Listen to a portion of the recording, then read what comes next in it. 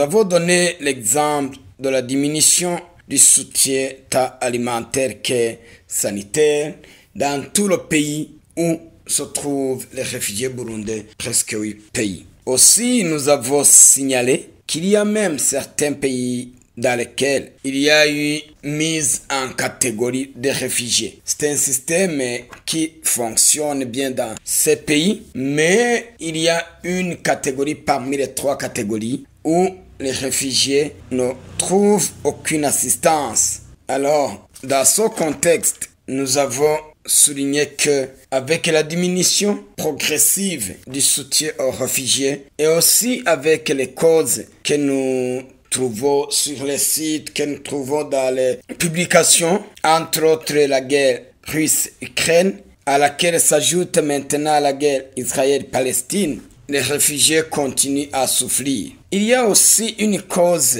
que la CBDH-VK mise en doute. Lorsque on dit que la paix est revenue au Burundi et que les réfugiés burundais doivent prendre la décision de rentrer, pour la CBDH-VK, nous rappelons que lorsque le président Évariste a été investi, il a demandé aux réfugiés de rentrer. Et certains réfugiés l'ont fait de leur volonté, mais la CBDH-VK a enregistré une liste de réfugiés rentrés qui ont été tués, d'autres qui ont été portés et disparus. Jusqu'à maintenant, on ne les trouve plus.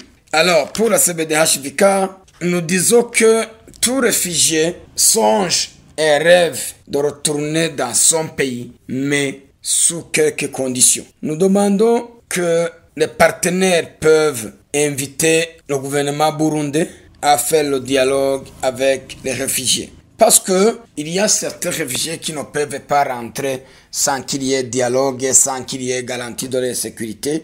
Ici, nous citerons les politiciens, nous citerons les membres de la société civile et les autres.